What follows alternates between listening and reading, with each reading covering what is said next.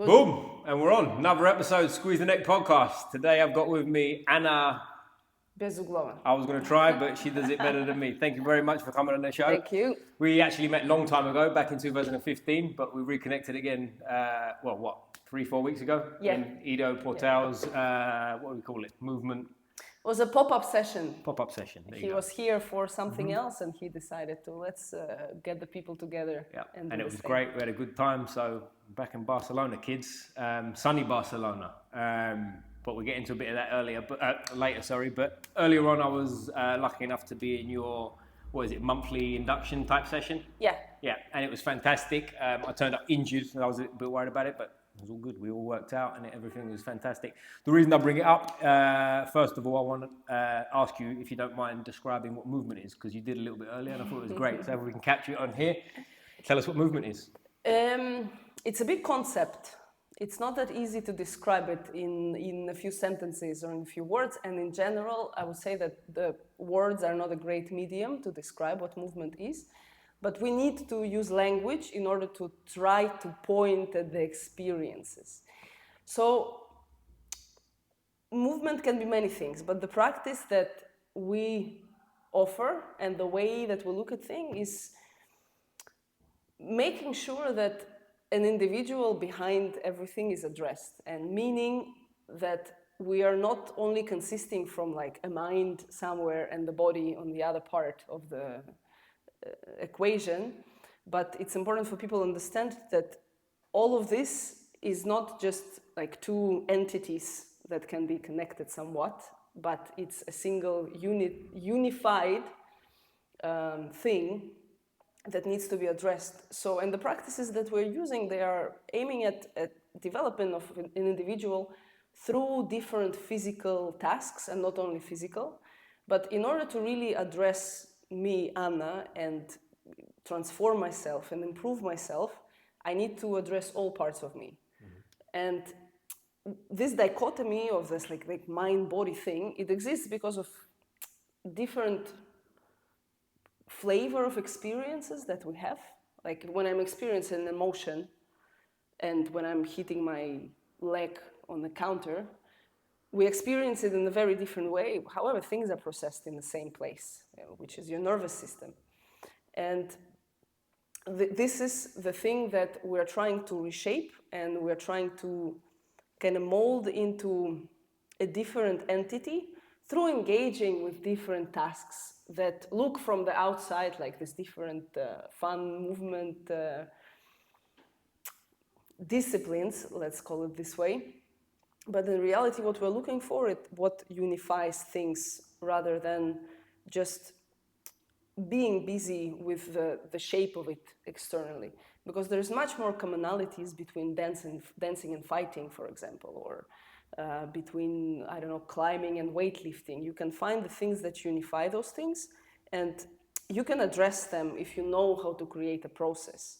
But also through addressing the movement capacities, developing the body that is capable across dimensions, we are addressing an individual on a deeper level, because the complexity of the brain we have developed is matching the complexity of the movement. It has developed for something else as compared to what we're using it for currently. And this is an important thing to understand, that through addressing the physical, we can also address all the other types of experiences that form an individual. So if I want to transform myself, if I want to just in general evolve as a human being, I cannot put the body aside. Like especially in the West, we are used to kind of put on a pedestal the cognitive.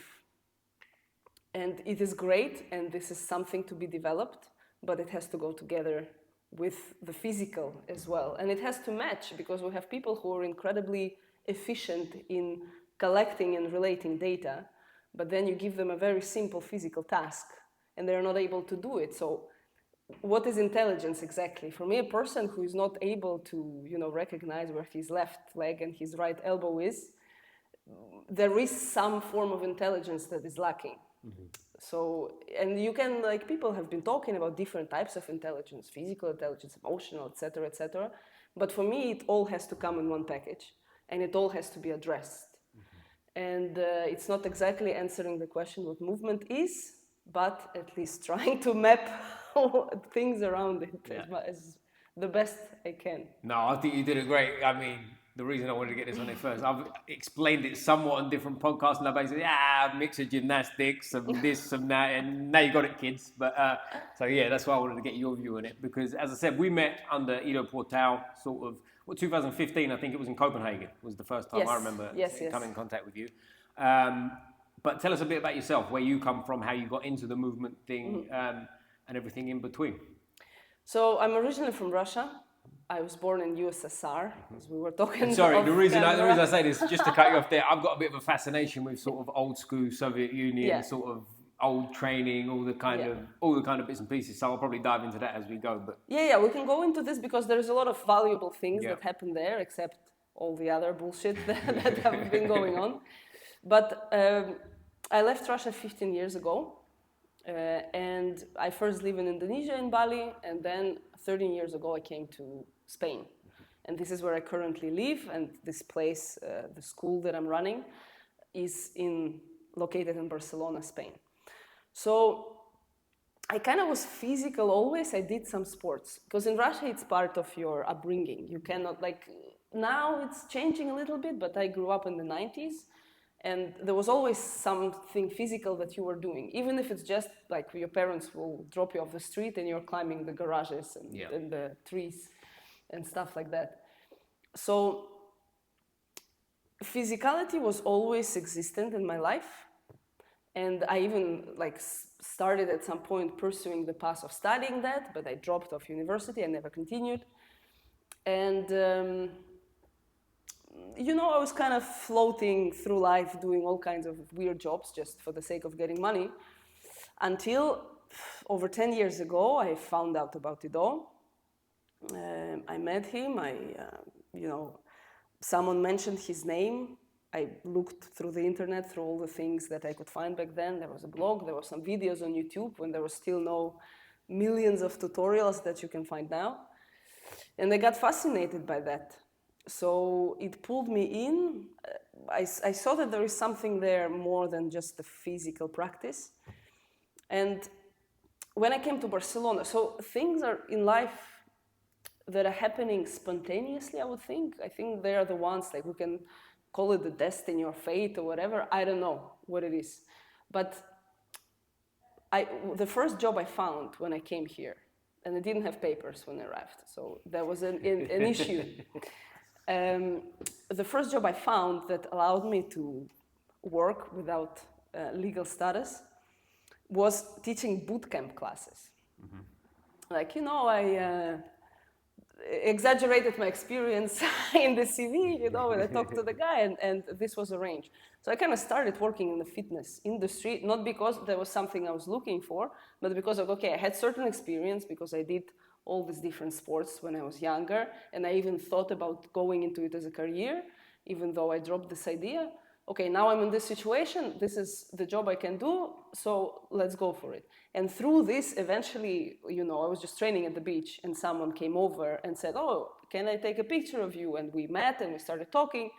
It was a good friend of mine, Sam. She's from US. She's living there now. And she mentioned Ido's name, and then that's it. From this moment on, I looked through all the things, as I already mentioned just now, on the internet that I could find. I was spend the whole day, on the computer. What is this? Because back then, I didn't even know that such a thing as capoeira exists. Okay. So this form of movement for me was absolutely novel. And next day, I signed up for online coaching, and that's it. Wow. Since then. Simple as that, straight exactly. And it's been over 10 years already that I'm doing that, and I'm planning to continue, because it gives me a lot of value. Yeah, really. And obviously, with Ido Portal's thing, I think from my experience too, similar to yours, how we got into it, is when you get in touch with it and you start experiencing it in person, I think it's very different to what people see, especially back then, because back then on YouTube and whatever, which was what I came from, it was very sort of handstands, one-arm chin-ups, gymnastic strength that draws people in. And then when you get in touch with it, more than a million layers to get into and sort of get your teeth into. So when you first met Ido, how long after online training was that? About 5 months, maybe. Yeah. And back then, when I started, it was the case that they wouldn't even work with you if you didn't do 6 hours a day of training. Yeah. That was just you were getting into it. You get the program and online coaching in just in a Gmail, Yeah, that's right. file, and you had to send videos on YouTube, which is, they've tried to do the best they can with the tools they got. Now they get this amazing platform where everything is compartmentalized and everything is very clear and intuitive. But back then it was what it was, and if you wanted to do it, you either did it this way or you didn't. That's it. So this creates this confusion in people, because what you post online the things that are impressive.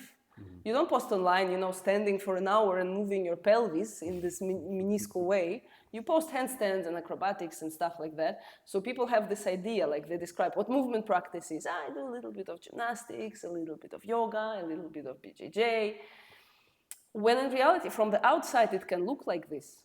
You look at what I'm doing day to day, and okay, I'm doing all those things, but the intention internally, how I approach this, is very, very different. Like, you can work on a handstand and get enlightenment, and you can work on a handstand and get a handstand. Yeah. So there is the difference. Like, different tools can be used for very different purposes. And this is something that you start understanding when you're already into it for some time, because at the beginning everyone is grinding.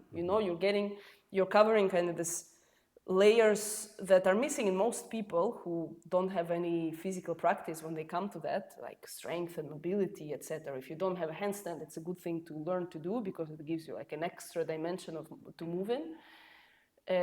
But people don't pass certain point to see what is on the other side, and they're like, I know this thing. It's this, mixing a little bit of this and a little bit of that. But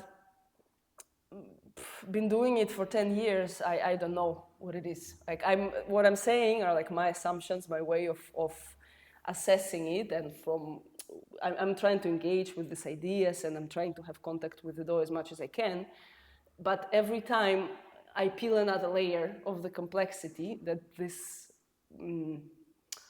philosophy, I would rather call it, includes, this type of practice includes, and I understand that, okay, I know as much, but then there is so much more that I don't know, that I better be humble. I recognize my achievements and the things that I can talk about and that I know, but then I'm realizing that there are other things that I might not see from the point I am now, and this is why I stick to a teacher that is a few steps ahead of me and that can see a little bit further and can guide me on the path towards bettering myself and to revealing this further and further layers of complexity. Mm-hmm. Because one thing I noticed as well, and I got it again today, I hadn't seen Ido in person for years, about 9 years when we sort of with the pop-up thing. Yeah. And it was straight away, it was different to before, but it was also similar in terms of the feeling. So I had that feeling of like, shit, man, like this is the real deal, and like it's simple but yet very complex, right? Yeah. And you dive into it, and then I go away, I digest it a little bit myself. You do your own thing,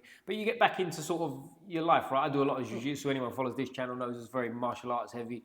I go back to doing my boxing, my jiu-jitsu, and I use this around it. But then I come here again today, and it's like, fuck, man, no, I got to keep it simple. And one word that Ido uses a lot, and you used it a little bit today, is practice, right? It's not about training, not about smashing your head against the wall and coming here and going hard. There's hard moments, but there's little simple things, like when we were preparing for handstands earlier, stuff that I know about and I've done for years, but I don't do it perfect anymore. You know what I mean? You just kind of get on with it, whatever. But you come back here and you're sort of told what to do again, and then it becomes very.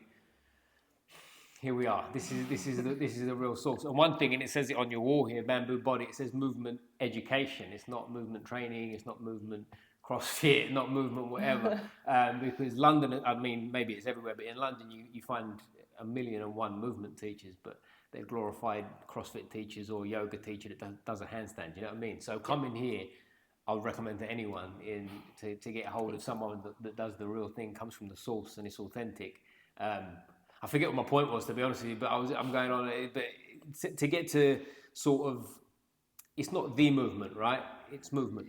It's movement, exactly. But this is also, people get very angry when you start the thing, or they get like upset with you, like, oh, do you think that Ido Portal is the only one who can do movement? And But it gets he quite own tribal, it? right? It's like my teacher this and my teacher. Exactly, this is the thing. But it's good, and it's important to recognize, okay, guys, there was a shift in the perspective on the global level, and it comes from a source that recognizes also his influences from before. So it's not gonna, you might not like him personally, you might not like the way he does things, but you cannot argue with the fact that he's one of the absolute best teachers, if not the best teacher on planet Earth. And just to cut in there, where when you say one of the best teachers, for me, I've always said he's one of the best teachers I've had, and it's not related to movement, just in terms of teaching. Doesn't matter what he's teaching. Exactly. This is the thing. This is the point that I'm trying to make. Like, people get upset about this, and now because it got popularized, and the ideas, they're very potent. We have this psychological mechanism that when we hear an idea that is very powerful, we then kind of posteriori, we prove to ourselves that we already came up with this before, that we knew it all along. Because this is, when you hear some of the things that he's saying, it's like, because you had it kind of at the back of your head, there was something, but you were never able to verbalize it and to actually put it in words and to conceptualize it for yourself. But then people are like, yeah, but I was doing capoeira already for 20 years. What this guy has to teach me? And this word movement is used a lot. This is also why Ido and I also prefer now to switch more to the word practice, because, okay, a Pilates teacher is moving. You cannot argue with that. Yeah. A yoga teacher is moving. Like, if we use English language to describe the act, there is a physical movement in space, but the intention is very different. Like what I was saying about different tools. You know, I can use a tool to get enlightened, and I can use a tool to just sweat a little bit, and not to take it, people take it also literally. What do you know about enlightenment? What I mean is to improve and deepen my sense of awareness and presence in life. Let's put it this way. And enlightenment is just a word to use because it's shorter. So, and I wish people will understand this. And what Ido teaches is how to teach better, how to learn better, how to create processes, and how to relate complex ideas. What happens is that in order to really find yourself, and this is what a good teacher needs to do, he needs to put you on the path of finding yourself. It's not obedience, it's not blind following, this is not what it's about.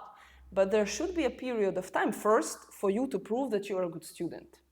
And be there and shut up and listen to what the person is saying and what needs to be done, and just do the work. Then at a certain point, you can have the right of voice, which is really a unpopular thing to say now. Now every opinion is important, but I don't think so. If you don't have experience in something, you first better get experience, and then you can develop certain ideas about that. And so when this process, at the beginning, you have to kill the parts of yourself that are fake, that are not serving you, this kind of a persona that we impose on ourselves in order to function in the world. Like people say to kill the ego. You cannot kill the ego completely, because you need to, killing the ego, you go to the mental house and you expose everything behind it if it's not addressed properly. But recognizing, okay, that there are processes inside of me that are not serving me well. There are certain things that I'm reactive on and that I'm doing day to day that are not really me, not my essence. So these things need to be removed. And this is what the teacher is doing. The teacher is helping you to remove all those things. And it can look from the outside like authoritative, like something like dictatorial, like abuse. But it's a necessary process also to go through. And it makes you eventually like a better you, but also if you want to teach those things and if you want to teach any other things, like people are applying these ideas and these ways of relating concepts into other fields. It doesn't have to be physical movement in exactly the same way that Ido is doing. Like this is what I chose, but for example, you're in martial arts. You can take these ideas, and if you develop this process inside of martial arts and you're using these tools that are offered that can be specific to that, and you don't call yourself a movement teacher, but you are a good martial arts teacher that really knows the craft and really knows how to teach and how to make people better learners in its turn. And you do the same thing, but with tools that are specific to that. And for whatever reason, people don't want to do that anymore. They want to like go big. Everyone is using this word, when in reality there is a certain misunderstanding. And for example, in Spanish, people, I hear a lot of talking also in Russian. They will not use the word for movement in their language, but they will say like yo hago movement, instead of saying the Spanish word, which means that they understand it as like a trademark, as like another discipline.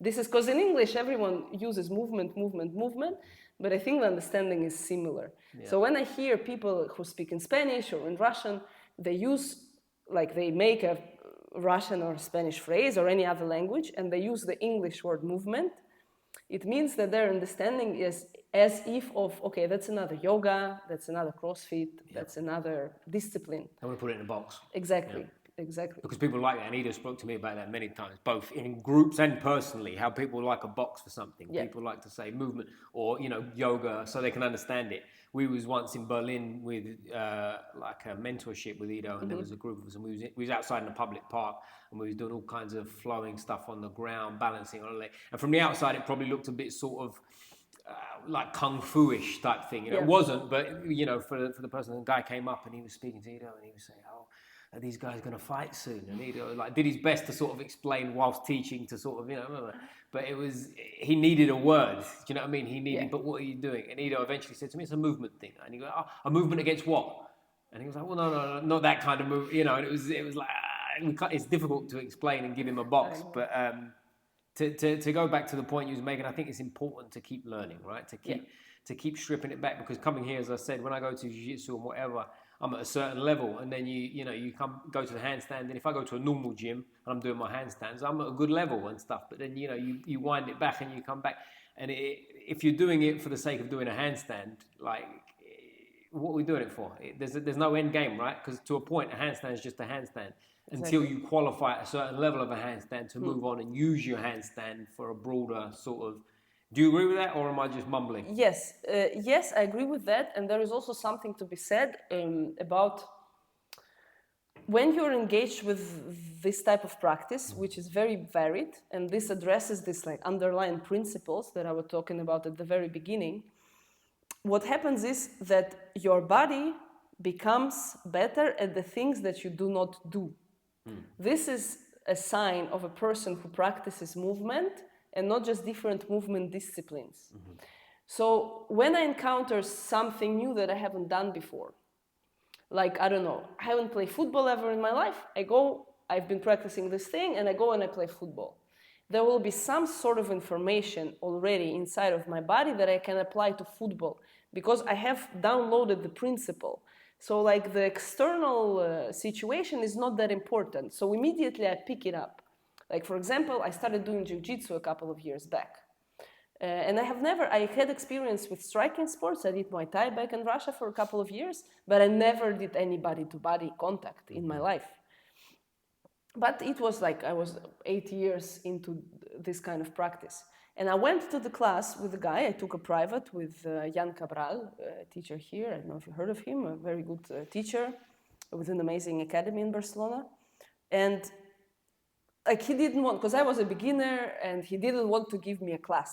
And he like put a very high price, and this like black belt, very seasoned guy, like, is this girl coming? But then the first time I came, he was like, what are you doing exactly? Because he recognized the quality of my body that I could already apply myself. There are a lot of things, like, for example, I would get super stressed because I'm in this situation. I would be pushing against him too much and wasting a lot of energy because it's just a situation that I'm not used to. But then, for example, working on emotional stability that we're doing in the boxing with Ido helped me to kind of, in a few classes, I was able to drop it down and apply the knowledge.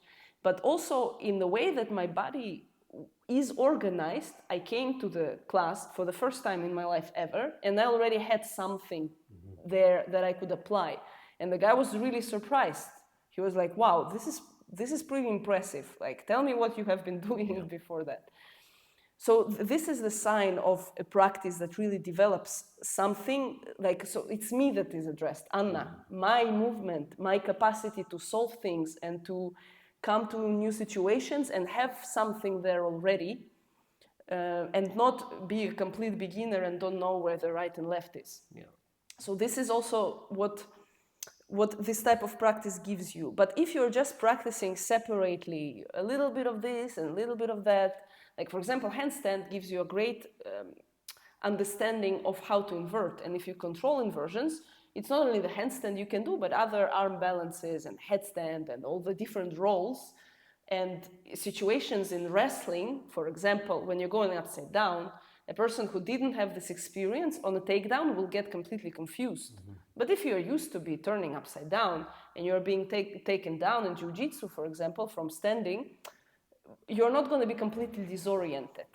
You know, so these are the things that you kind of, okay, I have this information from somewhere else, I find myself in a new situation and I can relate this information and do something out of it. Of course, I needed to work on certain techniques and learn the terminology of jiu-jitsu, but my progress compared to someone who haven't had this practice is much, much faster. I can relate definitely with multiple things. I did, when I'd already been training with Ido for a while, I'd been to movement camp, I'd done the whole thing. I wanted to learn how to do a backflip, you know, back tuck. And again, because of the other things I had, I could do it on my third session with a coach, you know what I mean? And another guy, Mehmet Adnan, shout out if you're still out there, man. We met at movement camp, but we was both London boys, you know? So we hooked up when we spoke briefly before how big London is. He's north, I'm south, so it wasn't like we could train together every day, but we used to meet once a week and go and learn how to do backflips with a coach who was an interesting character, because I'm sure you've come in contact with certain coaches like this. He turned up, he had a little belly, he turned up, he's smoking a cigarette, and he looked like, we turned up and it was a little bit like, but he made us warm up by just walking through a foam pit, which is quite hard, not specific necessarily, but it was quite hard. And while he was doing it, he was warming himself up. Now his warm up consisted of moving his head about 3 or 4 times and then doing backflip, and he was just incredible what he did. So when we started doing it, we got it really quick. Both of us was sort of 3-4 sessions, and we could do it. And I've noticed it when I teach sort of boxing. If I've ever been around sort of people that have been very heavily in the movement world with Ido and sort of other similar practices, they're different. There's a different movement quality about them and whatever, because I've never, outside of that, I've never met anyone ever who's over the age of, let's say 25, but 20 really, but 25 to be safe, that can even, like, they could be training for 10 years, but they can't even defend themselves against a real boxer in reality. Do you know what I mean? Like, unless they've been doing it from young. Except these movement sort of, because they've got more tools in the bag and they're not using them specific for anything. And I think it all ties in to everything. But the reason I bring it up and the problem is, if you go to a jiu-jitsu school, jiu-jitsu is maybe a little bit different because it's a bit more of a learning environment. But if you go to a martial arts school that's sort of Muay Thai, boxing, anything else, and again, wrestling's a side piece because wrestling's very movement orientated and there's some freaky people over there. But if you go to a traditional sort of boxing, especially like where I'm from in London, it's kind of a sport where it's guarded a bit. It's like our thing. You can't, you know, if you're not 6 and you start, you're never going to get it, you know. But it's a difficult thing to get together in terms of being able to learn. You know, jiu-jitsu, as I say, I bring it up is because you're learning a bit more. Wrestling, I don't know if you're learning so much, but these guys are incredible movers anyway through their own thing, so it's a bit different. But from my experience, if you're going to a boxing class and you're, let's say, 30, you're just going to get your head punched in, right? And it's never. And most boxing clubs, I know people that have gone to my boxing club, and the guys, whoa, turn around, door, don't bother because you're too old, you know. This is, you know, this. I don't like this approach because look, the practice that we offer, you can, okay, maybe a 40, 50-year-old person doesn't need this level of boxing that can be offered in your class. But okay, if we offer them some footwork drills, some emotional modulation drills, some drills that are addressing the distance management, how you position yourself towards the partner, like the different spaces, the inside space, the outside space, the reaction, the staying calm when you're being punched, when you're being touched in the face. All those things will do a huge benefit to anyone. 100%. And the problem is that many people in the boxing who have been doing it since the age of 5, they have a very different mentality, and this is this tough mentality that is not a good tough.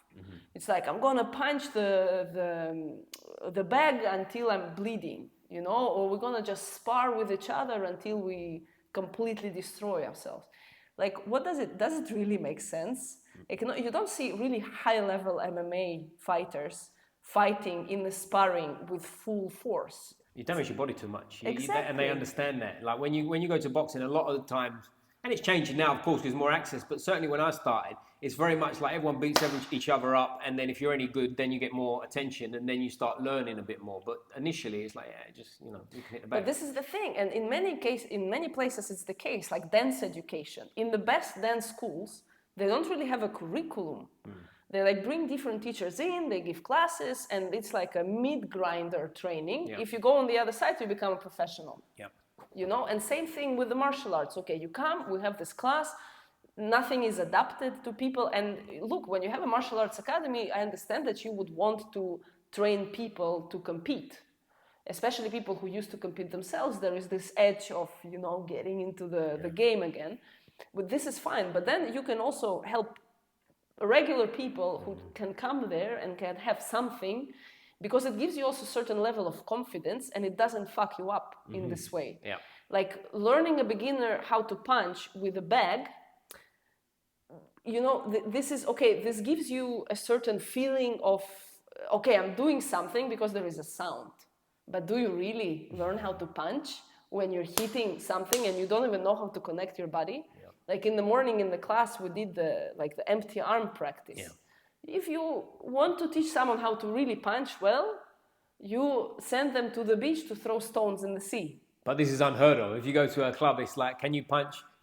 Punches are born, they're not made. You're never going to get any better. Which, to a degree, there's elements of truth. Because if someone can really, like, I've been around people that can punch, and it is there's natural elements to it, you know. But there's also, you can improve your ability. And obviously, as a sport, there's different ways to learn how to land a punch, to not get hit, etc. It's never ending. Yeah. But if you're too deep into the boxing game, you get to a point, and I've seen this so many times, that people that started younger than me, I was a teenager when I started, the people that was in the club from 6 and 9 and whatever, by the time they get to their mid-20s, not only are they sort of mentally done with it because they've had enough, they haven't got any more stimulus, but also that the injuries are accumulating because they're over-adapted to boxing. If you take a 25-year-old who's been in boxing his whole life and try and get him to do a handstand, he's probably worse off than someone who's never trained before because his body's over-adapted to the boxing game. And I mean, I'm sure we've experienced from regular people and sort of people that come from a specialist background, the injuries are...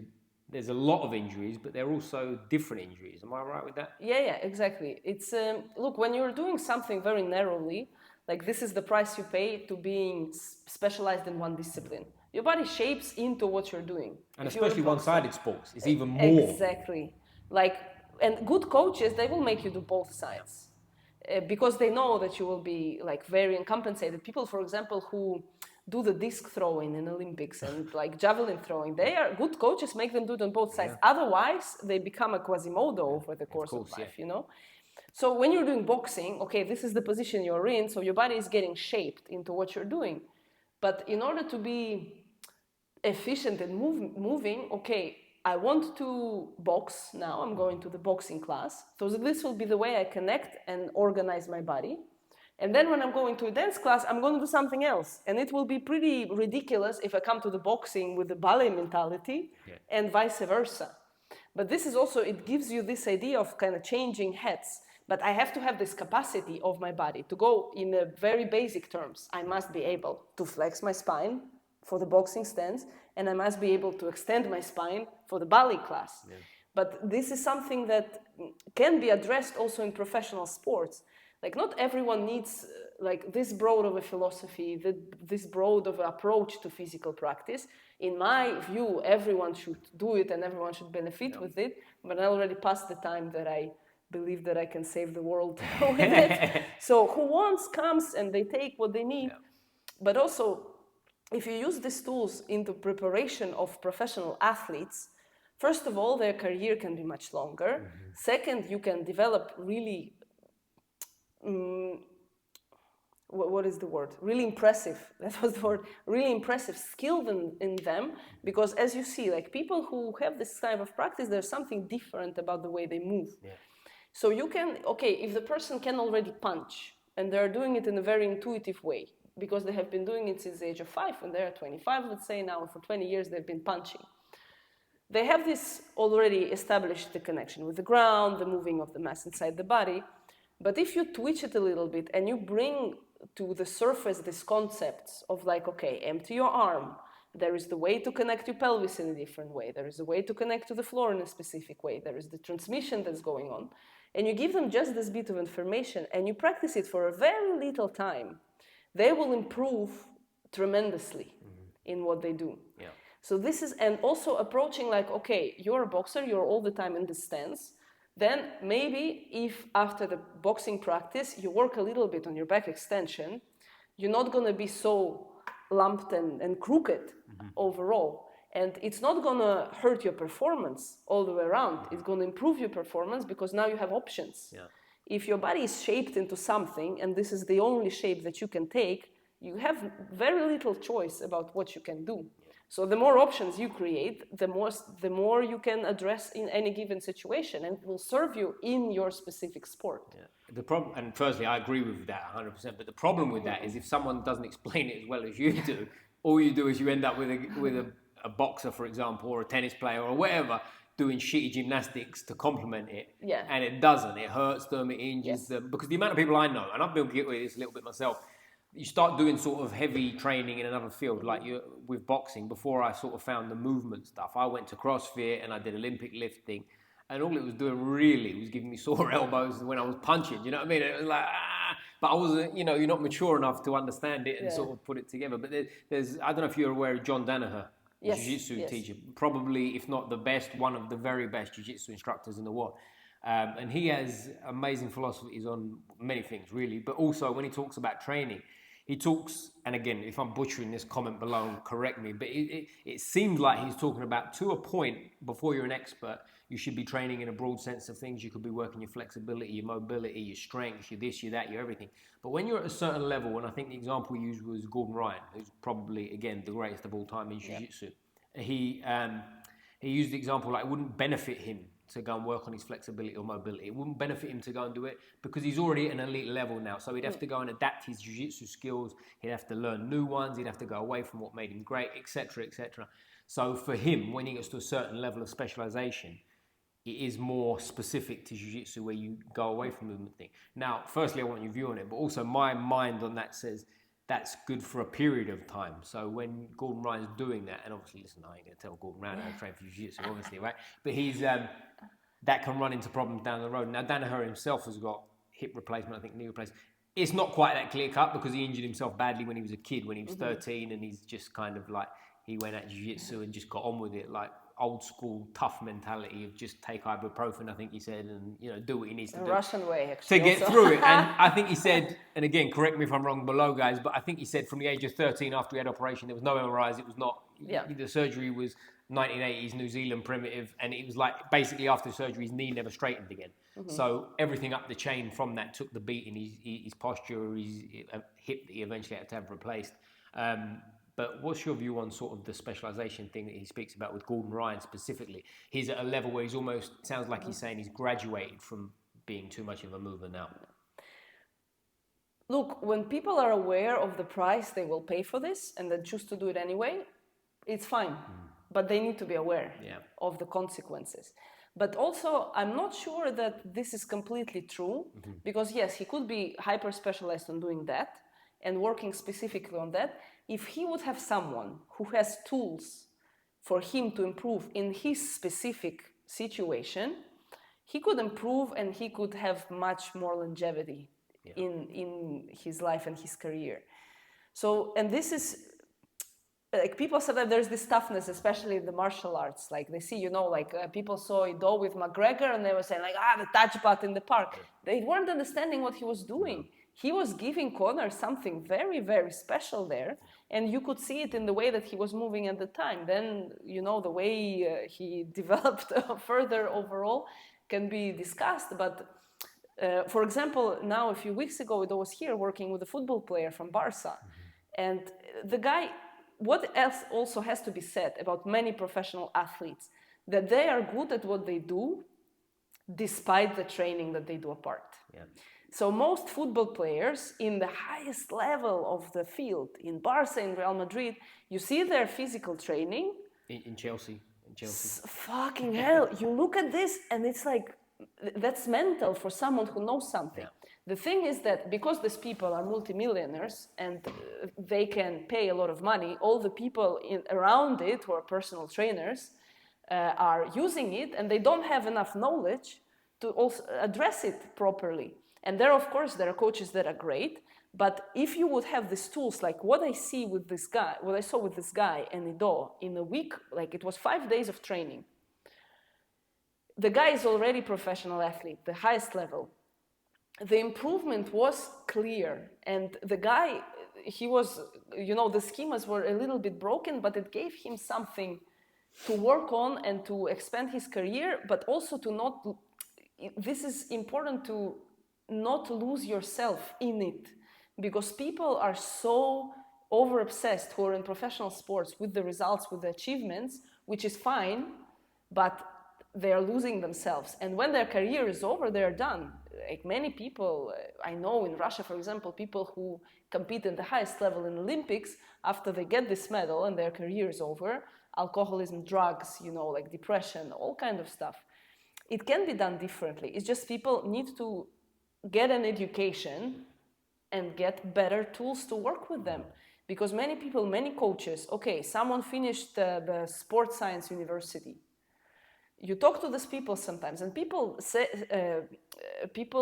criticize it as an arrogance or whatever, but it is the case that I'm involved with moving my body every single day for many hours. This is all I dedicate my life to. Like I study this stuff day in and day out, and I practice, and I work with other people, and I see how these people change and transform and improve. So sometimes when you talk with someone who has only theoretical knowledge about those things, like I go to physio who finished the physiotherapy university or whatever school they're going to, and he would tell me some things. I was like, no, mate, like fix this rib that I got stuck. I'll do with the exercises. Not because I want to be arrogant, but because look, there are certain things that you might want to take time to rethink and reevaluate and actually educate yourself from being involved with practices, not reading books endlessly, which I also do. But actually, okay, you get a piece of information, you apply it, and you see if it works or not.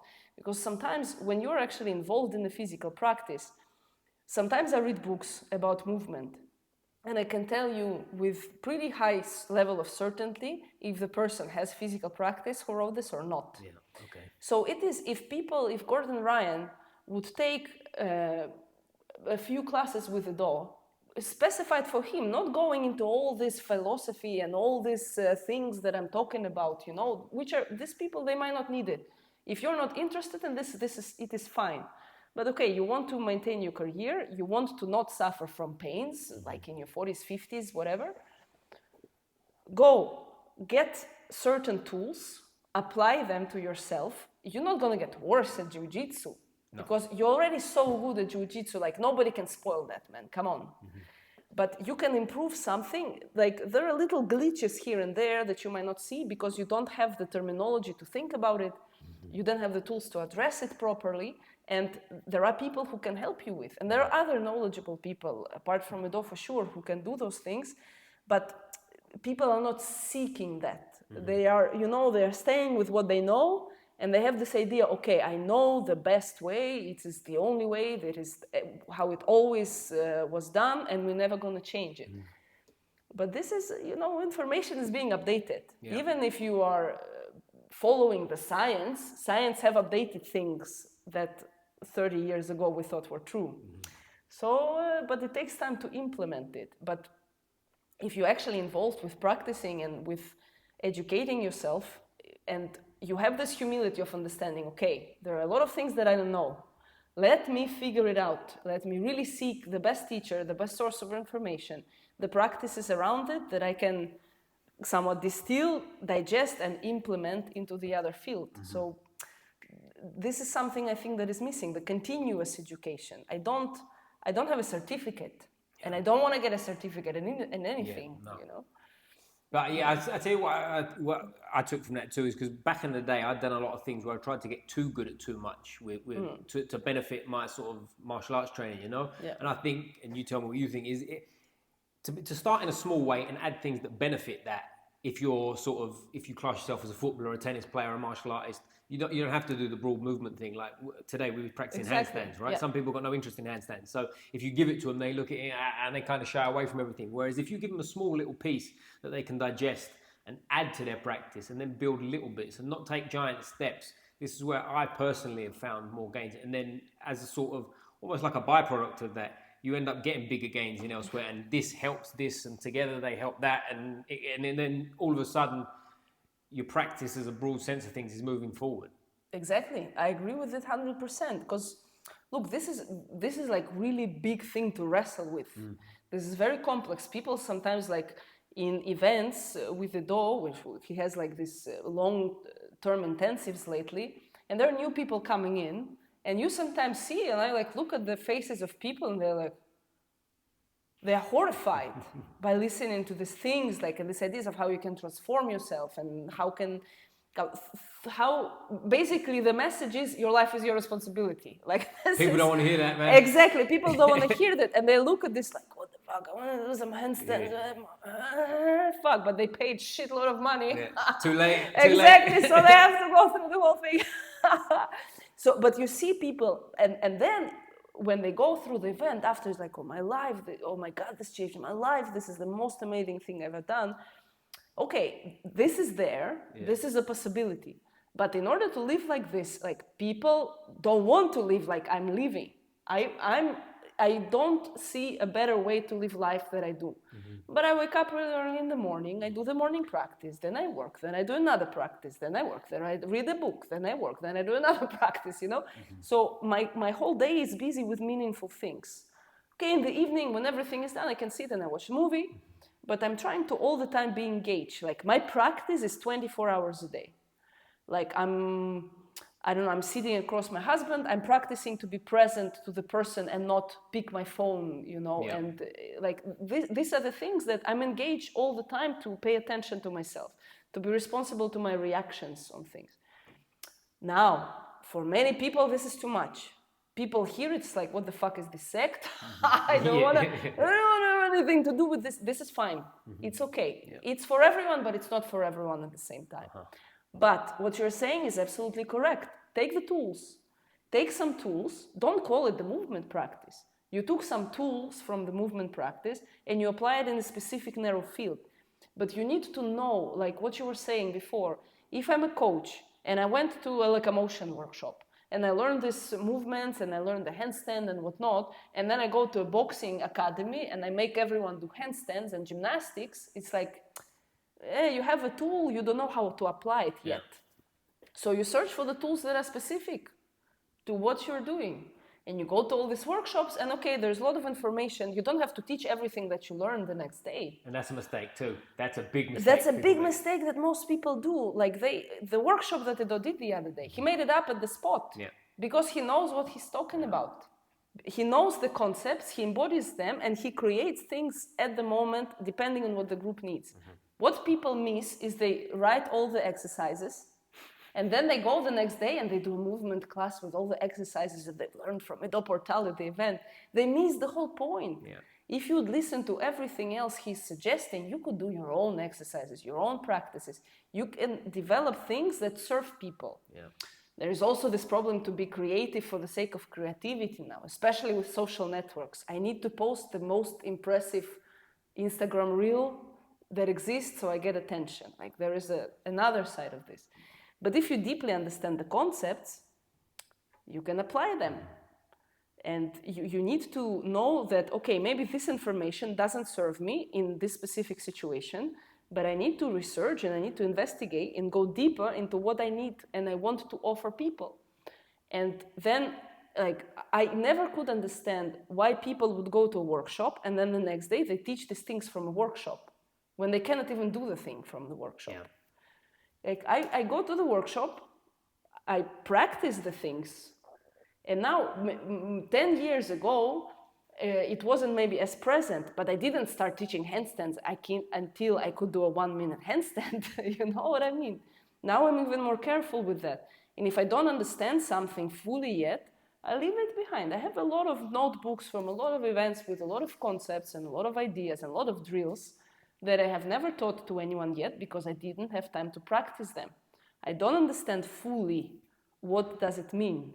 I have sometimes like Ido would say something, I will write this quote down because I haven't understood what he's saying. It will be stupid if I repeat it to you without understanding actually. So the information that is incoming, in order to be able to apply it, I need to synthesize it inside of me and make sense out of it inside of me and relate it to things. So if I go to work with a boxer, I can see the person, I can see what is lacking, and I can apply this tool to the boxer. And I'm not going to give him a lecture on movement philosophy and how to become a better person. You know, if I go to work with a tennis player, I look at the things, I take the tools from the box that I have, I apply it to this situation. But because there is an understanding of certain things that needs to be developed, but you develop it through actually practicing that. I'm not, playing Roland Garros, but I can do certain things, and I know how it feels in the body. And I also, practice observing and looking at people. And this is what I suggest people do. For me, I could never understand the other way, this grabbing and then, spitting it out immediately. It's really alien, and I know people don't like to hear this, but if everyone would be taking their time to really integrate the information and really, distill it and understand it deeply, then people would be able to apply it and help others. Like in the situation that you want to teach boxing, you can help people with the tools you've learned, but you're not going to make them do handstands because it doesn't make much sense. Yeah, exactly. But it's funny when you said that, I thought back to something that happened years ago. I think it was 2014. I was on an internship with Ido in Thailand. And there was a girl, I'm not mentioning names, I'm not outing anybody, anyone that was there will remember this because it was quite, but this girl was struggling. She turned up and this was not what she expected. I think everyone else there was quite, not hardcore is the wrong word, but understood what was going on. We'd done a lot before, whatever. I think this girl thought she was turning up to sort of a trendy sort of on the beach in Thailand. We're going to do some handstands and high five and do all this kind of shit, right? And she, most days she was crying and she was struggling and, she needed extra attention from Odelia and all kinds of things. And then on the last day, she turned up and she did maybe 20 minutes and then she went to the toilet and she was gone for an extended period and no one sort of... But then she turned up and she went, guys, I just want to say bye, thanks for the experience, I'm going, blah, blah, blah, and left. And it was like a mad experience of like, shit, you paid all these thousands to be here, you did it and you just... It wasn't for you type thing. But if you ever go away with Ido and you ever get the chance to go on one of these sort of intense things, you'll learn a lot of what you think you're going to learn, but you're also going to learn a lot of things that you didn't think was necessary, but then you'll see how necessary they are to everything when you get there. And the reason that came to my mind, we was talking about Conor McGregor too, right? Conor McGregor, this was before Ido had worked with Conor, and we was talking about it, and Conor was out there talking about movement. And I had personal conversations with Ido talking about, his movement and blah, blah, blah. And then fast forward a little while, he was working with Conor and he messaged me, Ido, personally to say, like, I've got, blah, blah, I'm doing this, etc. And it was just a mad experience because, like you said, when Ido starts working with Conor McGregor, touch butt in the park, people don't see what they're doing. And there was like loads of podcasts that I was listening to, I respect, and I listened to fight podcasts, and they were going, blah, blah, you should be in the gym learning jiu-jitsu. And it's like, bro, you're not getting what's happening here. You're not understanding that doing all these movements, they're going to help his learning curve for other things, and they're going to give you more tools to use. So if you're tired, if me and you, for example, we go and do a hard jiu-jitsu session, crazy, then we do a boxing session, crazy, we're all beat up and stuff, probably doesn't benefit us to go and do a hard session in the evening, but it might benefit us to come in here and stand in front of the mirror and move our spine or whatever. Let's not put a label on it, but you know what I mean? There's a million things we could do that's going to benefit that, help us bring our body back for the next day, etc., etc. But this, we're kind of going around in circles a little bit, but people miss a lot, and that's my experience with it. Yeah, 100%. But also taking time. A practice can be just, sitting down or laying down and paying attention to your body. And a practice is the word I think needs to be out there more. It's not always training, man. You need to practice what you're doing. Exactly. So this is... People take it in this way that you need to, there is this approach, like it always has to be hard. Yeah. But sometimes many of the people who are hardcore workers on the mats or in the ring, whatever, you make them sit for 5 minutes still and just pay attention to themselves. They cannot do that.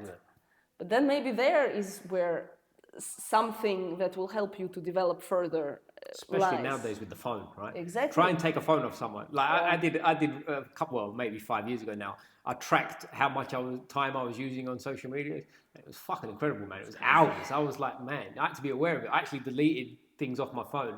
So that, not because I wasn't allowed to use them, but if I was going to use them, I had to go through the whole process of re-download, re-sign in. So if I'm just going to scroll, I thought, fuck, it's not worth it. Do you know what I mean? It's not worth the 5 minutes of aggravation to get to it. But going back to the Conor McGregor thing and whatnot, when he worked with Floyd Mayweather, there was a famous video of Ido and Conor punching cards.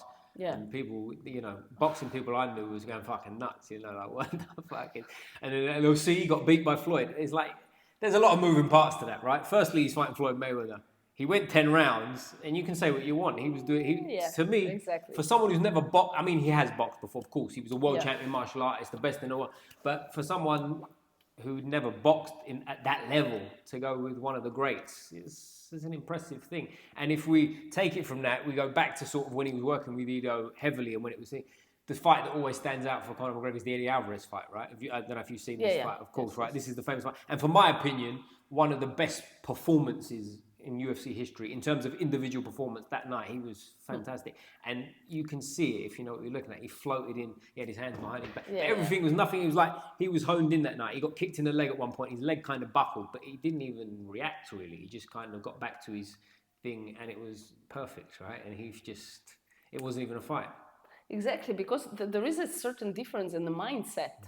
You know, you can be all agitated and, you know, but you can come there being completely calm. And, you know, any martial artist know that if you're agitated in a fight, you're not going to go very well. You have to hit the right level. You have to hit the right level of calm and amped up. And the thing he did great was because he was, sorry to cut you off, was because he had to be at a level. And I think this is where the touch butt in the park people don't understand, right? It's like, of course, Conor has to be a world-class fighter before. He's not going to be an okay fighter. Comes with Ido for a couple of days, he shows him how to move his spine, and now he's fighting for a world title. Of course not. Yeah. It's tools to help your tools, right? Is how it is. And for Conor McGregor to get in there at that level and just be able to basically be as good as he could be for that moment, I think if you know what you're looking at, that speaks to the movement game to me. Yes, exactly. And this is like you look when you're able to stay inside of it and you know what you need to attend to and what you don't need to attend to. Like the kick in the leg, you're able to let it go and you continue with your plan because you have certain stability internally because you're present to what's going on. If you're not inside your body, you cannot be present to what's going on. If like all parts of you, like I was talking before, like people say the body mind need to be connected, disconnected already. But sometimes it's, you know, it's in a different time zones, unfortunately. But when everything is there, you can clearly see what is in front of you and you can act accordingly, not react, like in the way that most people do, like very, you know, spontaneous in a bad way. Yeah. But you do spontaneous things, but because this is what situation requires. And this is also, it's true in the fight, which is, it's of crucial importance, but also in real life, like when you're talking with someone, and suddenly you snap, like with your, I don't know, family member or your spouse, whatever, and you snap, and you could have avoided that. Yeah. But there is a moment, if you are in the practice, if you are involved with this kind of things, you are able to recognize that, okay, something is about to happen, but I need to control myself. Yeah. And you're recognizing this moment, so it gives you also this layer of, like, or when you're in a football field, and suddenly you can clearly see what is happening around you, so you can pause and make the right decision for the moment. And this is what this kind of practice also gives you, besides the physical capacities to apply yourself. And like you said, Conor is already a world-level fighter. But you twitch things here and there, and he's like tenfold more than he is. Like what you say, he is the absolute best version of himself. Because there were certain glitches that he either didn't notice, or his coaches didn't notice, or that they didn't know how to address. And then this different perspective comes in, and okay, this is cleaned out from the way, and the person can perform at the highest level for himself that is possible. Yeah, exactly. And I think it's important for people to understand that, right? Because especially in martial arts, and my background of boxing and jiu-jitsu as I got older, everything, there's a big culture of tough guy and train harder, and it's not, you don't need to train 3 times a day punching yourself in the head to get there. But comment below, guys, tell us what you think, and if it makes sense, because it makes perfect sense to me, but we've both been around this for a long time, so hearing this for the first time, let us know if it's making sense, and if not, we'll revisit it, and maybe we'll do this again at some point. But if we go back, because the thing I said at the start, what I'm really interested in is sort of like the old, and I've got a bit of a fascination with it, like the old school Soviet ways. You see these old wrestlers training the neck bridges and all this kind of stuff, and I was lucky to find myself a wrestling coach when I was doing jiu-jitsu. I was a blue belt already, so I had some, I could do jiu-jitsu, but I found wrestling when I was sort of maybe 2 and a bit years into jiu-jitsu, and it just changed my game. And the reason I bring that up specifically, and I'll come back round of why Soviet Union, because my coach was Bulgarian. It's not Soviet Union exactly, but they've got Soviet areas and style. Yeah, exactly. And it was amazing because I went with my coach, Nicky Robinson, who took me to the class basically. And was like, let's go and do wrestling and whatever. And for a little small place in London, just because we don't really have wrestling in England. We do a bit more now because the foreign influx, right? But we just stumbled upon a 4-time national champion in Bulgaria, Lubo Kumbrov. Shout out Lubo. Again, a bit like Ido, one of the best teachers I've ever had in my life. Just fantastic. But he was, we started doing it. And the reason I say way we found it with my coach is because for his style of jiu-jitsu, me and him are a similar weight, but he's taller, longer, more sort of has that fluid style, whereas I'm a bit sort of more strength, pressure, blah, blah, blah. So wrestling just worked for me. And for him, he kind of picked it up and left it alone. Did wrestling, but sort of didn't overchange. And also, I was a blue belt. He was a high-level black belt at the time. So we're at different stages of the game for him to be adding and changing. But it changed my style dramatically overnight. And it tied me into the wrestling thing, which brought me back to sort of the old school Soviet. And listen, guys, anyone my age, I grew up with Rocky, right? So Rocky 4 was a big deal, Ivan Drago and all that kind of shit, right? I guess that lit the fuse for me. But yeah, tell us about Soviet training, because I've got a fascination with it. There is a lot of there was a lot of advancement made in terms of sports in Soviet Union because of the pressure of the state, because they wanted to, they treated it like, okay, we're gonna show how big our balls are to the whole world with like winning all this competition. So there was like this race. So this is what it was fueled by. But also people in there, they were, grown up in a situation where like propaganda makes you kind of also play this game. So, and they had resources that didn't end in terms of, in Soviet Union, all the experimentation with the athletes were done in the following way. So for example, gymnastics. Okay, we want to figure out what is the best way to do an X element on the bar. 1, go, we try this training, we apply it, broken, next. We do this, it didn't work either, next. So there were disposable people for them to experiment with. That's why they went so far into the actually finding things that give results. Like Verkhoshansky, for example, Yuri Verkhoshansky, if you want to look it up, is the person who was so ahead of his time in like plyometric training and strength training for athletes, etc. That still, like, his information now is much more advanced than most of the things you find in like mainstream fitness. Yeah. And people don't know about him, largely, but his books are translated into English. And if you want to, again, what I was talking before, get an education, you don't have to go to the school, you get the book of this guy and you actually study through this and you apply it, because he already broke all these people to write it for you. So, and also this toughness, because people, they train to give everything to the motherland. So they actually did this really, really hardcore approach, and they had a certain goal that can be judged, and is judged by me personally, for example, as stupid. But they did have this motivation to like, I want to defend my country, I want to show the rest of the world how great we are. So this is where this mindset is coming from, this like really hardcore training. And they were finding the best ways, like the Soviet old school boxing, like the stances. If you learn this like multi-directional stance, which is very wide, very grounded, and it has the advantage of you can attack by moving back. Not many boxing schools has it installed. So they kind of address things, and they had a little bit of this like visionary ideas that like, okay, someone figured out that what is the missing element in boxing.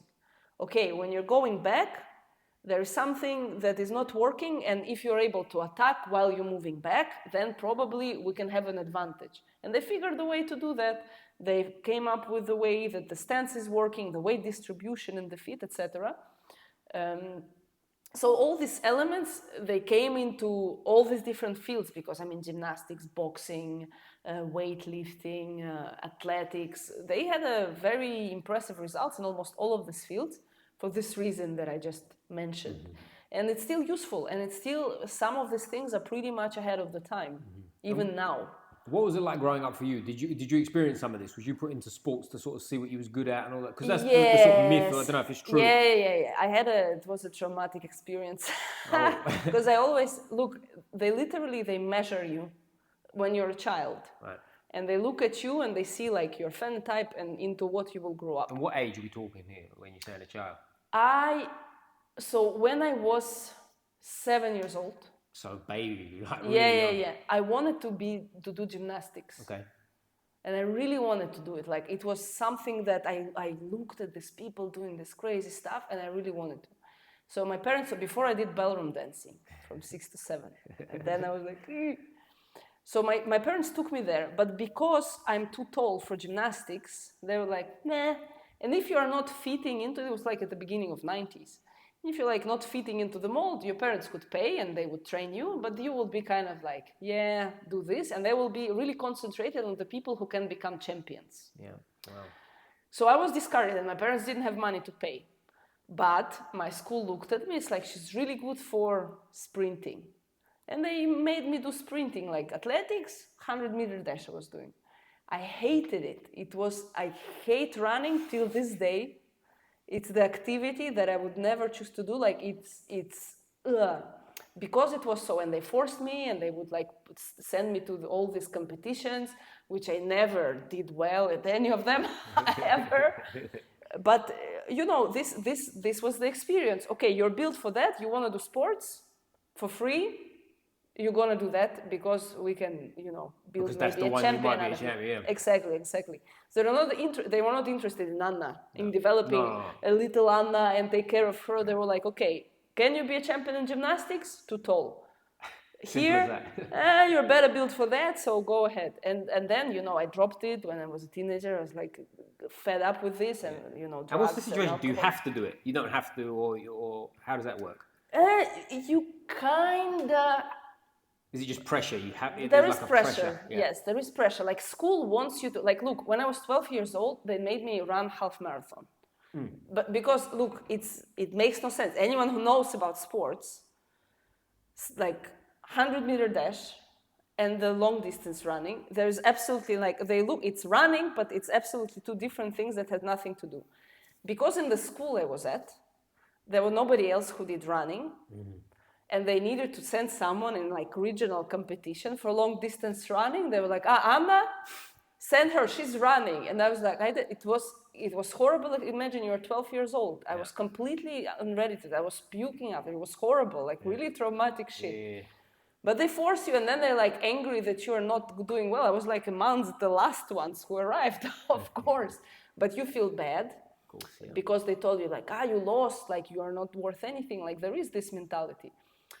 There's sometimes you could have a good coach, and if the person was sensible and really cared about the kids, the experience was different. I didn't have this luck, but I had, for example, a very good English teacher. Okay. So and it kind of connected me to this part of things, and I really liked languages. But with athletics, okay, I was doing it. I was really always drawn to doing sports. But okay, you do this.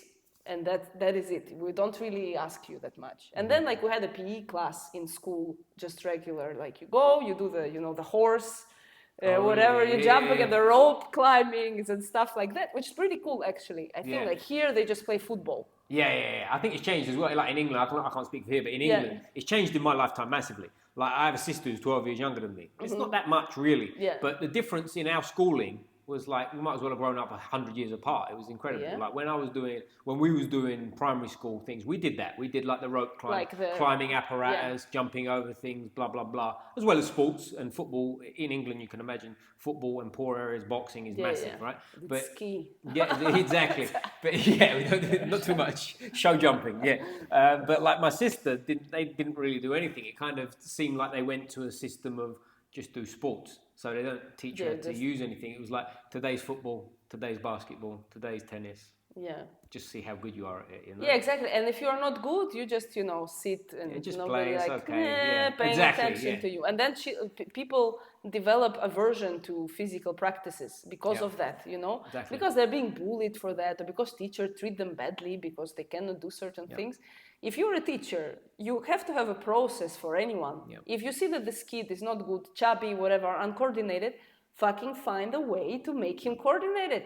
Otherwise, don't call yourself a teacher. You're just a nanny for them then, and gives them a ball. That's it. That's true. And that's what happens a lot of the time. You know, when I was doing sort of, football's massive in England. It's everywhere, but in England it's huge, right? So England, it's you turn up and you don't really get coaching unless you're top of the top. You know what I mean? If you're really good, you get scouted, you go to a professional club. Other than that, the rest of us just get left to play. You play this position, see how it goes. That one. But that's the never-ending story. One thing I want to touch on, because I've never really, I spoke a little bit with Ido back in the day, and I've got my own things, but people ask me about it a lot, is nutrition and diet, and also tied into nutrition, because it kind of overlaps, like recovery. And, nowadays it's fashionable to do ice baths and cryo chambers and all this shit, which I like the cold therapy and whatnot, but I'd like your opinion on sort of, do you follow a specific diet? Is there something that you benefit for your students, or again, ties in with recovery because obviously it helps you recover, but what's your sort of practice around your practice? My practice is all the time testing things. Yeah. So look, like 10 years ago, I would tell you what the best diet is and I will be absolutely certain. Now I don't know because the things are very individual. And again, my answer will be figure it out for yourself, because I can give people some general advice. Yeah. Like research into Raymond Peat information, for example, that is also ahead of the time, and it's very controversial. And it goes against everything that people are taught in the mainstream about nutrition. But also people misunderstand it, okay? He talks about, for example, the dairy and the sugar intake, like the simple sugar, just the white sugar, that it helps your metabolism, actually. And people start eating like buckets of ice cream every day. Of course, you're just gonna get fat. Yeah. There should be certain accountability there. So I'm not a person to really give advice on nutrition, because it's not the area that I have studied as extensively as I studied things related to movement. But I did certain investigations in relationship to myself. Because I have like my base level of energy is pretty low, because I have like low blood pressure. Like for women also, as I'm getting older, like during the cycle, the energy levels go down. So I figure out, okay, what supplements I can use in order to support my practice. Like my main concern is I want to have enough energy, I want to be rested, and I want to be able to maintain my practice all the time. So I'm investigating. I'm finding, okay, there are texts of Ray Peat that are very hard to understand, but you need to read through them, and you also need to consult certain physiology books in order to make sense out of information. Yeah. When I met Ido, for example, I was eating strict paleo. Like no carbs, nuts and fats, and it wasn't ketogenic completely. Like I had some starch, but I didn't eat like fruit or honey, sugar, God forbid. Oh, I was super lean. I don't know how many, like 10% of fat, which for women is like really crazy. And after I stopped doing this and I started eating carbs and I started addressing it, I realized that this whole time, okay, I looked great in the mirror, but I had a brain fog. Yeah. I couldn't concentrate for a long period of time. I couldn't make sense out of complex information. I was daydreaming. And I kind of, because I have this like Russian approach of like the discipline and grinding, I was like grinding through my days through the 6 hours of practice with Ido back then, and I just thought that it's the way it should be. Bullshit. Then I started to, like, Ido mentioned certain things. It's like, look, you're fucking not able to pay attention. You need to solve this. He gave me some general advice on what to investigate, and I went investigating these things. So basically, the general advice that I can give to everyone, don't eat processed foods. and seed oils. Like, this is the worst. It makes you age very fast, that your cells are not really functioning the way they should be because of like the level of omega-6, which is pro-inflammatory. So I personally don't eat any nuts, any seed oils, like farm-sourced, grass-fed meat, fish, fruit. I eat honey, I eat dairy, because I do well on dairy. For example, like, that's another thing. What's your genetic makeup? I'm from Russia. People from North tend to do better on dairy. Like, you're from England, probably you will also be okay with this. Also depends, like, who your parents are. Like, it's not necessary nowadays that you were born somewhere and like 100% this. So I do well on dairy. I know that. I don't have any digestive issues. I recover very well. Like, it's perfectly fine. Someone from Spain will less likely be doing good on dairy. Yeah. So you need to also look at these things. Like, a person from India can be a vegetarian and be fine, because that's the diet that these people have been eating for generations. But someone from Norway, I don't think it's a good idea to be that, you know. And people, like, they have their ethical reasons and whatnot, which is respectable, but don't sell it as like a healthy diet for everyone. There is no single healthy diet for everyone. Ketogenic diet is coming from the field of like psychiatry for people with epilepsy. So in this situation, it would help. But then making it a trend and making people sit on the ketogenic diet and fuck up their hormonal balance completely. So I always vary of this like general and very concrete answers. My answer will always be, look, investigate. Okay, these are the things that I know. Like, repeat principles, they have helped me. I also don't use all of them completely. But like, okay, eating oysters once a week to cover my zinc intake. Like, certain supplements that I'm taking that work well for me. And there are certain others that, for example, irritate my gut or just don't do anything, so it's a waste of money. And the recovery levels, I also look at like different things. For example, I'm trying to do massage once a week at least. You know, like deep tissue or Thai massage, I just go to like a touristic Thai place with Thai people here, which are doing a decent massage. For me, it helps. For some people, it doesn't do much. But for me, it's pretty useful. Saunas I do from time to time. I have at home like this, you know, Chinese tent that you get in. You see like people, fighters visit sometimes to sweat. I have it at home. Like, there was also, like, it can help you. For example, I had, when the war started, you know, in Ukraine, I had problems with anxiety. And this really helped me with that. So there are also relationships too. The cold therapy, I am not exactly sure that the person who is not healthy already and doesn't have high level of stress will benefit from it. Right. People sell it as end all be all, but people who already have some metabolic issues and people who are not as healthy really, they can make it worse with it. You know, so I would first address other issues, and if you want to do it, it has certain benefits, and then I will look into these things. So it's all very, very individual.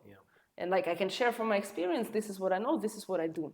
But it's not something that everyone can apply. No. But it's a bit like sort of training and practice principle, isn't it? It's your own. You have to feel it, and you have to sort of play with the ideas and see what actually works. I recently did a methylation test, like a DNA test recommended by Gary Brecker. And that was eye-opening, man. Like, when I had the consultation after and they told me what supplements, they gave me a zinc test. And like, specific to me, my zinc was fine, the test, because as soon as you taste it, you get a certain taste in your mouth, and mine was really strong straight away, so my zinc's fine. You know, and it's very interesting, and they talk about your parents, your ethnic sort of backgrounds of where this comes from, that comes from, possibilities. They don't tell you necessarily where your ancestors come from or anything, but if you've got a rough idea, it helps because you can sort of relate things. And it was really interesting. And they stick you on specific supplements, which is a once in a lifetime because it's DNA test, right? So it's interesting to play with. And the last thing I wanted to ask you about was fasting, because that's a fad now too, a bit like cold therapy and everything else. As we're doing this now, I'm about 48 hours into a fast. And I feel great. And I'll get into reasons and why, maybe if we relate it to anything. But firstly, do you have any experience, and what do you think of it? I have experience with it. It works horrible for me. Really bad. I brain fog, like my energy drops down. Like, for me, it doesn't work at all. And in general, like from what I've understood, for women it's different. Like it's not recommended in general for women, and men are doing better on fasting. Yeah. And again, it's very individual. For me, horrible. By the scientific research, there are certain things that can be beneficial depending on your condition and on your goals. So if you feel great on it, and if you feel that it's actually helping you and fueling you, great, go ahead with it. Well, it's interesting because I've done it 5 times. I've done 3-day fasts, just water. I've played around different ones. Sometimes just water. Sometimes I do black coffee, tea, whatever, with no calories, all that kind of shit. But I found the difference. Like when I carry on with life as normal, go to jiu-jitsu, train. Like we trained, not crazy today, but fairly taxing on the body. It was inverted and blah, blah, blah. When I do that, I feel much better. I feel normal today. My energy's good. I feel sharp. Well, you comment because I might be mumbling and talking shit, but I feel sharp. Everything feels good to me. You know, I don't feel hungry necessarily. I feel like if you put food in front of me, I'd probably destroy it, but I don't feel hungry now. I'm fine, you know. But one time I did it. I took myself away and I did like a whole kind of, right, I'm going to chill. I'm going to do all this bullshit, right?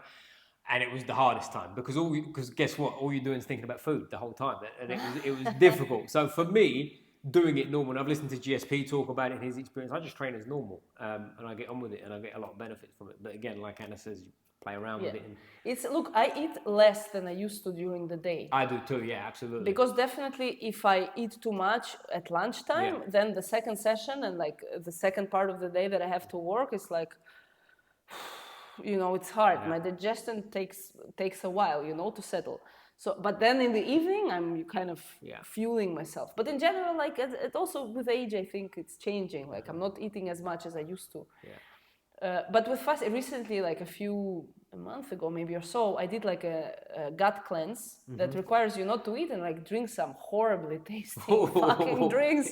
But it's like, okay, but I had some problems, so I was like, okay, I'm gonna do it. And I was doing this, I was working and training is normal. But I felt horrible, like really, really bad. It was like shit. It's So for me, I know like when I have to do it, I do it. Like I did this cleansing, worked very well for me. But like fasting for the sake of fasting, no. No, I think that's the problem with a lot of things nowadays. People do anything for the sake of doing it. I think most of us that have gone deep on things have got caught in that to an extent, haven't we? We always, go too far with everything because that's the mindset you have when you do this kind of shit. But look, also with all this like different fads and different trends, you cannot know what exactly is working, what is not. If you listen to all the podcasts and you took all this advice and you start fasting and doing the sauna and the cold plunge and taking all the supplements and taking this new diet plan, there is absolutely no way for you to know what exactly is doing which effect. So when you're doing these investigations, that probably will be like the best advice that I can give in this regard. Like take one thing at a time. Like stick to something, like you're changing the diet, like you introduce more carbs or you're taking them away or you're like taking away dairy or gluten, whatever. Do it for a while and do one thing for a while and see how you feel. And then you add another thing like, okay, now I will experience, I know how I feel on this diet. I'm aware of my state in this specific situation. Now I'm going to try to do the sauna or whatever. You do sauna for a while, you measure it to like the level, the base level of the feeling that you have. And then you can have an idea of what actually works or not when you're doing everything at the same time. And then you can, when you have this experience and this knowledge, you can then use it for things. Okay, today is a harder training day. I feel this way, I'm going to do this thing. I'm going to eat that food. Like tomorrow, okay, it's more of a chill day, or I need to do more of an endurance workout, or I need to be more paying attention for a longer time, be focused. Like that's what works for focus. That's what works for endurance. I have like a hardcore jiu-jitsu bout, whatever. I'm gonna do this thing. So you can start then manipulate, but if you don't know what thing exactly does which effect to you, how can you then use it, in real life? You can't. Exactly. But I think people spend a lifetime there. They keep fucking around with everything. And we all know the people, right, from gyms and jiu-jitsu or whatever, that have got a bag full of supplements. They do 1 million saunas a week. They sleep at 8 o'clock. And they don't get as great results as the guy who eats KFC and trains and just does what he wants. Exactly. So it is a game, but there you go. But before we sort of bring this to a close, I always kind of have a bit of a back and forth banter with people about different sports and whatnot. And the most important question I'm going to ask you all day. Bring it on. Who's your football team? Football team? Yep. Spartak Moscow, no? Whoa, that's a curveball. Very good. I can take that. I'll have that. I'm the black sheep. No. Russian football is pretty bad. Yeah. I've been at Chelsea when we've watched CSKA Moscow and all that kind of stuff. So yeah. No, they're really bad. Like every time they used to go, now they're banned from the World Championships. But when they used to go, it's like, for fuck's sake. Oh, Barca. I live Barcelona. in Barca, so Respectable I like Barca. answer. This is a Yes. Chelsea show, and we played Barcelona probably as much or more as anyone in Europe, right? That was back in the day when I was at that sort of teenage age. It felt like we got Barcelona in the Champions League every year when it was Ronaldinho's, the Messi's, the whole deal. But that's a great answer. But before we finish completely, anything you want to plug? Anything you've got coming up? Nothing coming up specifically. The school is in Barcelona. We take people, if you want to come from the outside of Spain, outside from Barcelona, we take people for at least 1 whole month. We don't really do like one-time events because it's not education. I don't want to just, make people experience something and then they go home and then they go back to your life. I'm really trying to provide education. And just critical thinking. People develop critical thinking, find good teachers, good mentors. That's the most important part. Like the value that I get from my relationship with Ido.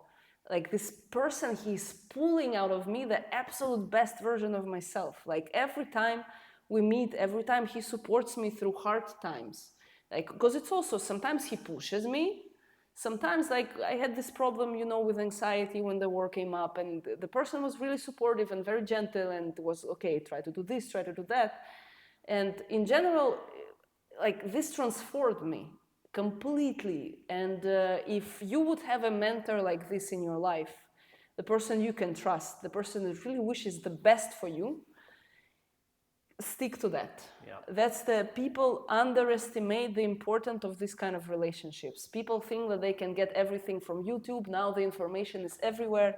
If you don't know how to make sense out of information, if you don't practice, that's another important thing. Have a practice of something.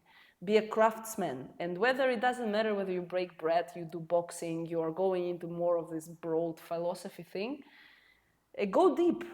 Like really pay respect to the thing you're doing in life. Mm-hmm. And if you do that, it will transform you and everything around you, because at the end of the day, you're the only one you're responsible for. And if you want to make the world a better place, start with yourself, man. All right. Thank you very much, Anna. So You're we'll welcome. put all the links below, Instagram, website, links to Ido and his website, etc. But Anna, thank you very much for doing this. I really appreciate it. So yes, my for pleasure. stuff like this, we always finish, squeeze the neck, boom. Nice.